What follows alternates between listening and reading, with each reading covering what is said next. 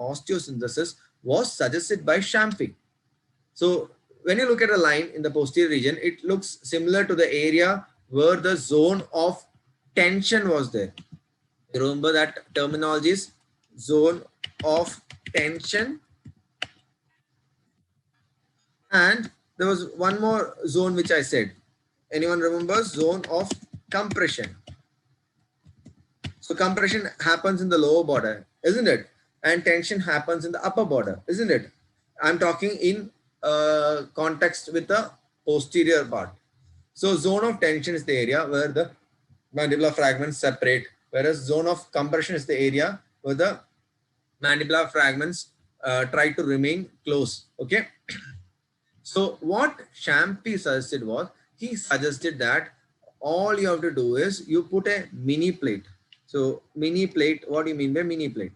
Mini plate is a monocortical, thin, very small plate. What do you mean by monocortical plate? So monocortical plates are, very thin plates. The screw length of the plates are very small, such that it will engage only the labial or buccal cortex wherever you are plating. Whereas there are certain bigger reconstruction plates like the load bearing plates which I showed. It will have a 10 mm and all screws which can engage the lingual cortex also, very longer ones. So but according to Shampi, you need not do that. You just keep one small plate along his line of ideal osteosynthesis, and this is going to help the mandible heal on its own. Okay, so what was the help, or what was the was the outcome of his idea? His idea allowed us to find an ideal place to plate, and that actually helped us to minimize the thickness of the plates which we used. Okay, so usually based on the thickness, we have 2 mm plates, 2.5 mm plates, 2.7 mm plates. All these are based on thickness. So this 2.5 and 2.7 mm based plates are ones which we use for reconstruction and all. So 2 mm, 1.5, 1 mm are used in other areas which are which doesn't require much much strength, or load sharing plates which are very thin are of 2 mm, 1.5 mm, 1 mm and all. Whereas reconstruction plates which are more bulkier are of 2.5, 2.7 mm and all. Okay, so it's based on the thickness of the plate we call it, or we give the number. So the Shampi did help us to find the ideal or the smallest required dimension.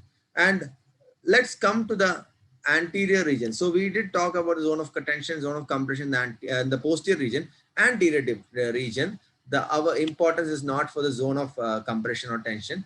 Here what is going to happen is, the Shampi has given it 2 lines, or he has shown 2 lines. So this is the upper line, and this is the lower line, isn't it? So he has given an upper and lower line. Now why so? So what did he say? He said, wherever I draw the ideal osteosynthesis line, you put a plate there. Okay, that means, do we have to put 2 plates in anterior region? Yes, 2 plates in the anterior region has to be put. Now why so? I'll just show you. You put one in the lower border and one slightly above it. Okay.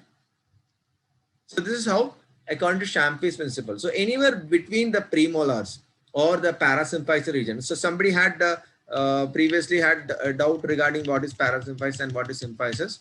So I will just draw a purple color line. So this particular area alone is symphysial region. That area alone, okay? And the area between the 2 arrows on left side and right side are known as parasymphysis. Okay, got it? Between the premolars, except in the midline, it is parasymphysis. In the midline, it is known as symphysis. Clear? Okay, so now our concern is not about this classification of parasymphysis or symphysis thing. We were talking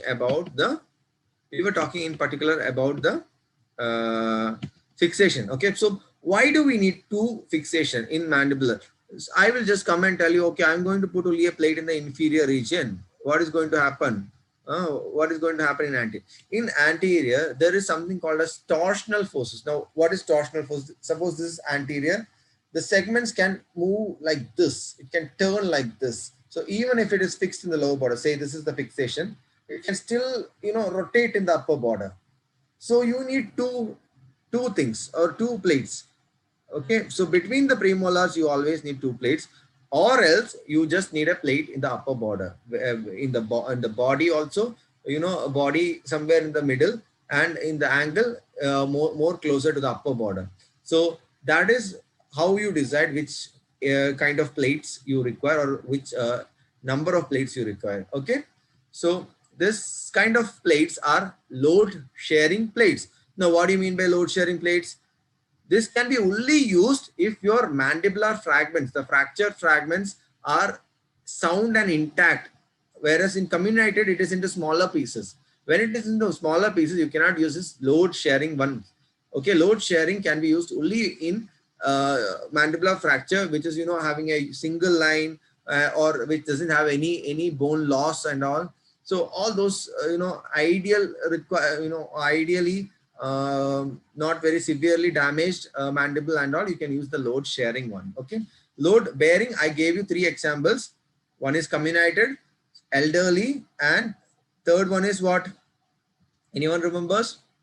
Comminuted, elderly, and in some cases of elderly is atrophic. That's edentulous atrophic. Yes, in resection, in pathology, when you resect, you can use a load bearing. So this is load sharing. Now you got the difference between load sharing and load bearing. Okay. So I have one more thing, one more last slide to tell you about. One is, that is compression versus non-compression. So all the plates and screws which I discussed previously was non-compression. So sometimes this question comes, what is compression plating? So compression plating is a different system altogether. So what happens here is, there is a glide path here. There's a small gliding area, and when you're tightening, the mandibular piece and the screw is going to move in this direction. So it is going to bring the mandibular, or whichever fracture fragments are there, more closer. So when it is brought more closer, like in this picture, it is going to, in a way, compress the fracture also. So this is mostly used in case of, a fracture which is retreated, which is of some reason it has not united properly. We try to retreat it. We do a compression plating, or some cases where you put an interpositional graft. You put some graft in between the fracture fragment. All such cases you use this kind of plating system, compression. But most of the times you don't require a compression plating system in mandible and all. But it is mostly used in other long. Okay, man, who's drawing now? Yeah, it is mostly used in upper limb or lower limb fractures and all. So compression, just remember a fracture which had a issue of non-union and all. Okay, who is BBI?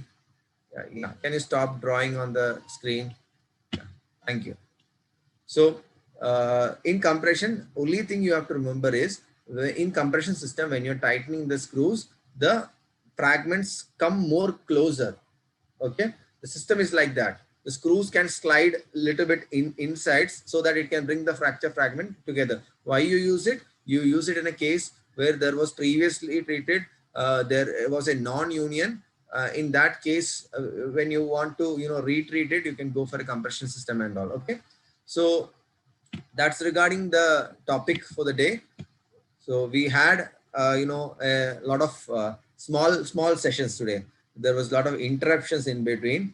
Okay, so I'll talk about something called as, right, before I move to the question slide, I'll just tell you about one more point. Now, I just want you to know this term. Now, what do you mean by simplification? Somebody is already answering. I'm not going to question. What do you mean by simplification?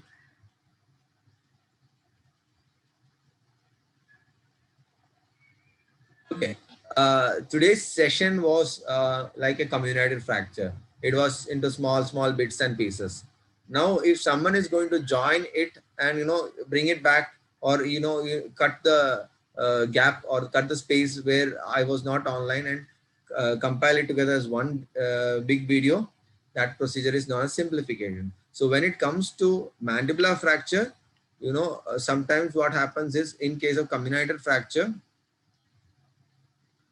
the fragments will be small bit pieces. So sometimes this get displaced. So bringing these pieces together, and sometimes what you do is you put small trans-osseous wiring to make sure that the pieces stay in the same place. So this kind of procedure to bring the fractured pieces together is known as simplification. It is done only in comminuted fracture. Okay, this terminology has been asked in a previous year's paper.